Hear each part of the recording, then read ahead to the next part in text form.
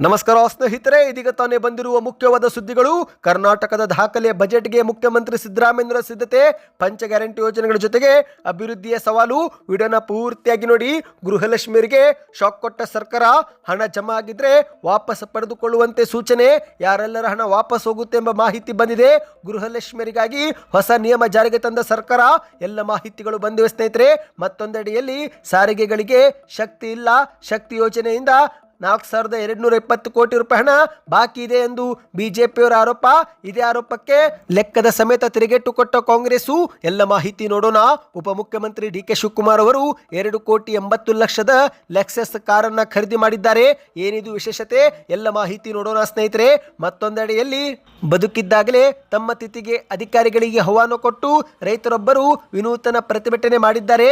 ಯಾಕೆ, ಏನಾಯಿತು? ಎಲ್ಲ ಸುದ್ದಿಗಳನ್ನು ನೋಡೋಕ್ಕಿಂತ ಮೊದಲು ನೀವು ನಮ್ಮ ಚಾನಲ್ಗೆ ಮೊದಲು ಬಾರಿ ಭೇಟಿ ಕೊಡುತ್ತಿದ್ರೆ ದಯವಿಟ್ಟು ಸಬ್ಸ್ಕ್ರೈಬ್ ಆಗಿ, ಪಕ್ಕದಲ್ಲಿ ಕಾಣಿಸುವಂತಹ ಗಂಟೆ ಕೂಡ ಒತ್ತಿ. ಇದರಿಂದ ರಾಜ್ಯದ ಮುಖ್ಯವಾದ ಮಾಹಿತಿಗಳು ನಿಮಗೆ ಸಿಗುತ್ತವೆ. ವಿಡಿಯೋಗೆ ಲೈಕ್ ಮಾಡಿ ಮತ್ತು ವಿಡಿಯೋ ಪೂರ್ತಿಯಾಗಿ ನೋಡಿ. ಬನ್ನಿ ಸ್ನೇಹಿತರೆ, ಎಲ್ಲ ಮುಖ್ಯವಾದ ಮಾಹಿತಿಗಳನ್ನು ಡೀಟೇಲ್ ಆಗಿ ನೋಡೋಣ. ಇತ್ತೀಚೆಗೆ ಫೆಬ್ರವರಿ 1ರಂದು ಕೇಂದ್ರ ಸರ್ಕಾರದ ಬಜೆಟ್ ಮಂಡನೆ ಆಯಿತು. ಇದೀಗ ರಾಜ್ಯದ ಬಜೆಟ್ ಮಂಡನೆಗೆ ದಿನಗಣನೆ ಪ್ರಾರಂಭವಾಗಿದೆ. ಹೌದು ಸ್ನೇಹಿತರೆ, ಮುಖ್ಯಮಂತ್ರಿ ಸಿದ್ದರಾಮಯ್ಯನವರು 17ನೇ ಬಾರಿ ದಾಖಲೆ ಬಜೆಟ್ ಮಂಡನೆ ಮಾಡುತ್ತಿದ್ದಾರೆ. ಹೌದು, ಸಿಎಂ ಸಿದ್ದರಾಮಯ್ಯನವರು 2026-27ನೇ ವರ್ಷದ ಬಜೆಟ್ ಮಂಡನೆಗೆ ಸಕಲ ಸಿದ್ಧತೆ ಆರಂಭಿಸಿದ್ದು, ಬಹುಶಃ ಮಾರ್ಚ್ ತಿಂಗಳ ಮೊದಲ ವಾರದಲ್ಲಿನೇ ಕರ್ನಾಟಕದ ಬಜೆಟ್ ಮಂಡನೆ ಆಗುತ್ತೆ ಎಂದು ಹೇಳಲಾಗ್ತಾ ಇದೆ. ಹೌದು, ಮಾರ್ಚ್ 6 ದಿನಾಂಕ ನಿಗದಿ ಮಾಡಲಾಗಿದೆ. ಆದರೆ ಇದುವರೆಗೆ ಅಧಿಕೃತವಾಗಿ ಆದೇಶ ಹೊರಬಿದ್ದಿಲ್ಲ. ಅಂದಹಾಗೆ ಈಗ ರಾಜ್ಯದ ರಾಜಕೀಯ ಮತ್ತು ಆರ್ಥಿಕ ಇತಿಹಾಸದಲ್ಲಿ ಸಿದ್ದರಾಮಯ್ಯನವರು 17ನೇ ಬಾರಿ ದಾಖಲೆ ಬಜೆಟ್ ಮಂಡನೆ ಮಾಡುತ್ತಿದ್ದರೂ ಕೂಡ ಈ ಬಾರಿ ಆರ್ಥಿಕ ಹೊರೆಗಳ 3 ಪ್ರಮುಖ ಸವಾಲನ್ನ ಮುಖ್ಯಮಂತ್ರಿಯವರು ಎದುರಿಸಬೇಕಾಗಿದೆ. ಹೌದು ಸ್ನೇಹಿತರೆ, ಪಂಚ ಗ್ಯಾರಂಟಿ ಯೋಜನೆಗೆ ಅನುದಾನ ಮೀಸಲಿಡುವುದರ ಜೊತೆಗೆ ಬೆಂಗಳೂರು ಅಭಿವೃದ್ಧಿ ಸೇರಿದಂತೆ ಇತರೆ ಪ್ರಗತಿ ಮತ್ತು ಹೊಸ ಯೋಜನೆಗಳ ಕುರಿತಂತೆ ಮುಖ್ಯಮಂತ್ರಿಯವರು ಈ ಬಾರಿ ಬಜೆಟ್ ಅಲ್ಲಿ ಘೋಷಣೆ ಮಾಡಬೇಕಾಗಿದೆ. ಹೌದು, ಇಲಾಖೆಗಳ ಬೇಡಿಕೆಯನ್ನು ಕುರಿತಂತೆ ಈಗಾಗಲೇ ಮುಖ್ಯಮಂತ್ರಿಯವರು ಸಭೆಯಲ್ಲಿ ಚರ್ಚೆ ಮಾಡುತ್ತಿದ್ದಾರೆ. ಹೌದು, ಈ ಒಂದು ಹಿಂದಿನ ಬಜೆಟ್ನಲ್ಲಿ ಎಷ್ಟು ಹಣವನ್ನು ಖರ್ಚು ಮಾಡಲಾಯಿತು, ಈಗ ಹೊಸ ಯೋಜನೆಗಳ ಕುರಿತಂತೆ ಸಾಧಕ ಬಾಧಕ ಏನು, ಮತ್ತು ಈ ಬಾರಿ ಬಜೆಟ್ನಲ್ಲಿ ಕೃಷಿ, ನೀರಾವರಿ, ಮೂಲಸೌಕರ್ಯ ಅಭಿವೃದ್ಧಿಗೆ ಎಷ್ಟು ಅನುದಾನ ಬೇಕಾಗುತ್ತೆ ಎಂಬ ಕುರಿತಂತೆ ಈಗಲೇ ಮುಖ್ಯಮಂತ್ರಿಯವರು ಸಕಲ ಸಿದ್ಧತೆ ಶುರು ಮಾಡಿದ್ದಾರೆ. ಅಂದಹಾಗೆ ಸ್ನೇಹಿತರೆ, ಬ್ರ್ಯಾಂಡ್ ಬೆಂಗಳೂರು ಯೋಜನೆ ಸೇರಿದಂತೆ ಶಿಕ್ಷಣ, ಆರೋಗ್ಯ ಕ್ಷೇತ್ರಕ್ಕೂ ಕೂಡ ಈ ಬಾರಿಯ ಬಜೆಟ್ನಲ್ಲಿ ಹೆಚ್ಚಿನ ಒತ್ತು ನೀಡುವ ನಿರೀಕ್ಷೆ ಇದೆ ಎಂದು ಹೇಳಲಾಗ್ತಾ ಇದೆ. ಇನ್ನು ಬಜೆಟ್ನಲ್ಲಿ ಈ ಬಾರಿ ನಿಮ್ಮ ನಿರೀಕ್ಷೆ ಏನು ಎಂಬುದನ್ನು ನೀವು ಕಮೆಂಟ್ ಮಾಡಿ ಸ್ನೇಹಿತರೆ. ಈಗ ಮುಖ್ಯಮಂತ್ರಿ ಸಿದ್ದರಾಮಯ್ಯನವರು ಗ್ಯಾರಂಟಿಗಳನ್ನು ಮುಂದುವರಿಸಲು 66,000 ಕೋಟಿ ರೂಪಾಯಿ ಹಣವನ್ನು ಈ ಬಾರಿಯ ಬಜೆಟ್ನಲ್ಲಿ ಮೀಸಲಿಡಬೇಕಾಗಿದೆ. ಅಂದಹಾಗೆ ಈ ಬಾರಿಯ ಬಜೆಟ್ನಲ್ಲಿ ಮಧ್ಯಪ್ರಿಯರಿಗೆ ಶಾಕ್ ಸಿಗುವ ಸಾಧ್ಯತೆ ಇದೆ. ಹೌದು, ಯಾಕಂದ್ರೆ ಗ್ಯಾರಂಟಿ ಯೋಜನೆಗಳನ್ನು ನಿಭಾಯಿಸಲು ಸರ್ಕಾರಕ್ಕೆ ಹೆಚ್ಚಿನ ಹಣದ ಅಗತ್ಯವಿದ್ದು, ಹಾಗಾಗಿ ಮಾಹಿತಿ ಪ್ರಕಾರ ಈ ಒಂದು ಕೊರತೆಯನ್ನು ತುಂಬಲು ಸರ್ಕಾರ ಅಬಕಾರಿ ಮತ್ತು ನೋಂದಣಿ ಹಾಗೂ ಮುದ್ರಾಂಕ ಶುಲ್ಕ ಇತರ ಒಂದು ಮೂಲಗಳ ಮೇಲೆ ಹೆಚ್ಚಿಗೆ ಶುಲ್ಕ ವಿಧಿಸುವ ಸಾಧ್ಯತೆ ಇದೆ ಎಂದು ಹೇಳಲಾಗ್ತಾ ಇದೆ. ಇದು ನೇರವಾಗಿ ಮತ್ತೊಮ್ಮೆ ಸಾಮಾನ್ಯ ಜನರ ತೆರಿಗೆ ಹೆಚ್ಚಿಸಬಹುದು ಎಂದು ಅಂದಾಜು ಮಾಡಲಾಗಿದೆ ಸ್ನೇಹಿತರೆ. ಬನ್ನಿ ಇದೀಗ ಎರಡನೇ ಮಾಹಿತಿಗೆ ಹೋಗೋಣ.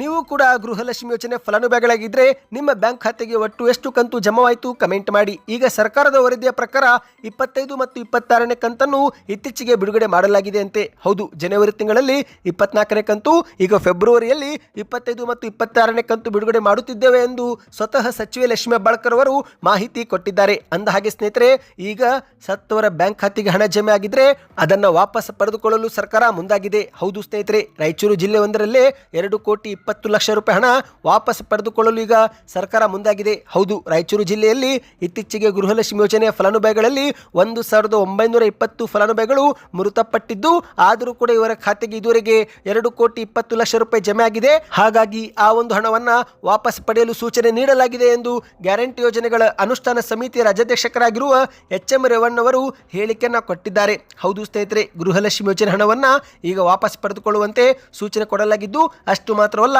ಮುಂಬರುವ ದಿನಗಳಲ್ಲಿ ಮತ್ತೊಮ್ಮೆ ಅಂತಹ ಬ್ಯಾಂಕ್ ಖಾತೆಗಳಿಗೆ ಹಣವನ್ನು ತಡೆಗಟ್ಟಲು ಕೂಡ ಸೂಚನೆ ನೀಡಲಾಗಿದೆ ಎಂದು ಎಚ್.ಎಂ. ರೇವಣ್ಣ ಅವರು ತಿಳಿಸಿದ್ದಾರೆ. ಅಂದಹಾಗೆ ಸ್ನೇಹಿತರೆ, ಈಗ ಗೃಹಲಕ್ಷ್ಮಿಯರಿಗಾಗಿ ಸರ್ಕಾರ ಒಂದು ಹೊಸ ನಿಯಮ ಜಾರಿಗೆ ಮಾಡಲು ಕೂಡ ಮುಂದಾಗಿದೆ. ಹೌದು, ಈಗ ಫಲಾನುಭವಿಗಳು ಇನ್ನು ಮುಂದೆ ಜೀವಿತ ಪ್ರಮಾಣ ಪತ್ರವನ್ನ ಬ್ಯಾಂಕುಗಳಿಗೆ ಹೋಗಿ ಸಲ್ಲಿಕೆ ಮಾಡಬೇಕಾಗುತ್ತೆ. ಅಂದ್ರೆ ಫಲಾನುಭವಿಗಳು ಇನ್ನೂ ಕೂಡ ಮೃತಪಟ್ಟಿಲ್ಲ ಎಂಬ ಕುರಿತಂತೆ ಒಂದು ಜೀವಿತ ಪ್ರಮಾಣ ಪತ್ರವನ್ನ ಪ್ರತಿ ವರ್ಷದಲ್ಲಿ ಒಂದು ಬಾರಿ ಬ್ಯಾಂಕಿಗೆ ಜಮೆ ಮಾಡಬೇಕು. ಹೌದು, ರಾಜ್ಯದಲ್ಲಿ ಈಗ ಸದ್ಯಕ್ಕೆ ಸುದ್ದಿಯಾಗಿರುವ ಯೋಜನೆ ಅಂದರೆ ಅದು ಗೃಹಲಕ್ಷ್ಮಿ ಯೋಜನೆ. ಕಾಂಗ್ರೆಸ್ ಸರ್ಕಾರ ಆರಂಭದಲ್ಲಿ ಯಾವುದೇ ಸಮಸ್ಯೆ ಇಲ್ಲದೆ ಎಲ್ಲಾ ಫಲಾನುಭವಿಗಳಿಗೆ ಹಣ ಜಮೆ ಮಾಡುತ್ತಿತ್ತು.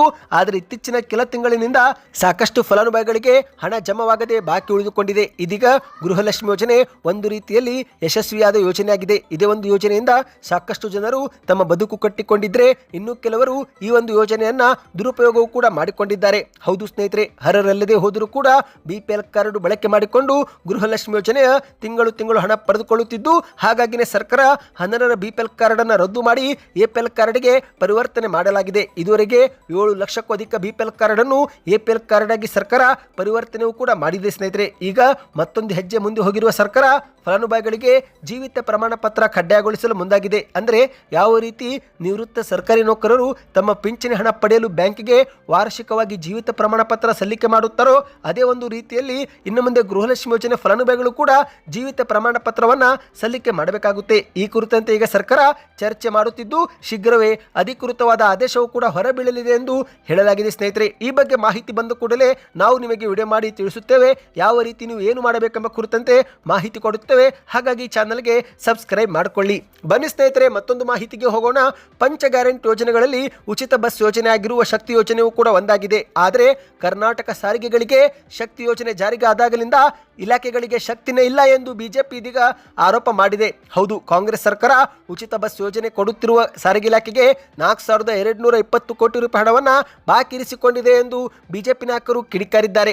ಹೌದು, ಕರ್ನಾಟಕದಲ್ಲಿ ಶಕ್ತಿ ಯೋಜನೆ ಜಾರಿಗೆ ಬಂದಾಗಲಿಂದ ರಾಜ್ಯದ 4 ಸಾರಿಗೆ ನಿಗಮಗಳಿಗೆ ಸರಿಯಾಗಿ ಟಿಕೆಟ್ ಹಣ ಇವರು ನೀಡುತ್ತಿಲ್ಲ ಎನ್ನುವುದು ಬಿಜೆಪಿ ನಾಯಕರ ಆರೋಪವಾಗಿದೆ. ಹಾಗಾಗಿನೇ ಸಾರಿಗೆ ಸಂಸ್ಥೆಗಳು ಆರ್ಥಿಕ ಶಕ್ತಿ ಕಳೆದುಕೊಂಡಿವೆ ಎಂದು ಬಿಜೆಪಿಯವರು ಟೀಕೆ ಮಾಡುತ್ತಲೇ ಬಂದಿದ್ದಾರೆ. ಇನ್ನು ಇತ್ತೀಚೆಗೆ ಬಿಜೆಪಿಯ ವಿಪಕ್ಷ ನಾಯಕ ಚಲವಾದಿ ನಾರಾಯಣಸ್ವಾಮಿ ಅವರು ಸಾರಿಗೆ ಸಂಸ್ಥೆಗಳ ಒಟ್ಟು 4,220 ಕೋಟಿ ರೂಪಾಯಿ ಹಣವನ್ನು ಕಾಂಗ್ರೆಸ್ ಸರ್ಕಾರ ಬಾಕಿ ಇರಿಸಿಕೊಂಡಿದ್ದು, ಹಾಗಾಗಿ ಸಾರಿಗೆ ನಿಗಮಗಳ ಶಕ್ತಿ ಕುಂದಿಸಿದೆ ಎಂದು ಸಾಮಾಜಿಕ ಜಾಲತಾಣದಲ್ಲಿ ಟ್ವೀಟ್ ಕೂಡ ಮಾಡಿದ್ದಾರೆ. ಸದ್ಯ ಸ್ನೇಹಿತರೆ, ಚಲವಾದಿ ನಾರಾಯಣಸ್ವಾಮಿ ಅವರ ಆ ಒಂದು ಟ್ವೀಟ್ಗೆ ಕರ್ನಾಟಕ ಕಾಂಗ್ರೆಸ್ಸು ಲೆಕ್ಕ ಸಮೇತ ತಿರುಗೇಟು ಕೊಟ್ಟಿದೆ. ನೀವೀಗ ಸ್ಕ್ರೀನ್ ಮೇಲೆ ಒಂದು ಟ್ವೀಟ್ ನೋಡುತ್ತಿರಬಹುದು. ಇದು ಕರ್ನಾಟಕ ಕಾಂಗ್ರೆಸ್ ಮಾಡಿದ ಟ್ವೀಟ್ ಆಗಿದೆ. ಚಲವಾದಿ ನಾರಾಯಣಸ್ವಾಮಿ ಅವರೇ, ವಿರೋಧ ಪಕ್ಷದ ನಾಯಕ ಸ್ಥಾನದಲ್ಲಿ ಕೂರಲು ನೀವು ನಾಲಾಯಕ ಎಂಬುದಕ್ಕೆ ನಿಮ್ಮ ಟ್ವೀಟ್ ಸಾಕ್ಷಿ. ವಿರೋಧ ಪಕ್ಷದ ನಾಯಕರು ಸರ್ಕಾರದ ವಿರುದ್ಧ ಟೀಕೆ ಮಾಡಬೇಕಾದ್ರೆ ಸಮಗ್ರ ಅಧ್ಯಯನ ಅಗತ್ಯವಿರುತ್ತದೆ. ಅದು ನಿಮಗಿಲ್ಲ. ಗ್ಯಾರಂಟಿ ಯೋಜನೆಗಳ ಮೇಲೆ ನಿಮಗಿರುವ ಅಸೂಯೆ ನಿಮ್ಮ ಟ್ವೀಟ್ನಲ್ಲಿ ವ್ಯಕ್ತವಾಗುತ್ತಿದೆ. ಮಹಿಳಾ ಸಬಲೀಕರಣದೆಡೆಗೆ ದಿಟ್ಟ ಯೋಜನೆ ಶಕ್ತಿ ಯೋಜನೆ. ಇದರಿಂದ ಸಾರಿಗೆ ನಿಗಮಗಳ ಶಕ್ತಿ ಕುಂದಿದೆ ಎಂಬ ನಿಮ್ಮ ವಾದ ಹಾಸ್ಯಾಸ್ಪದ.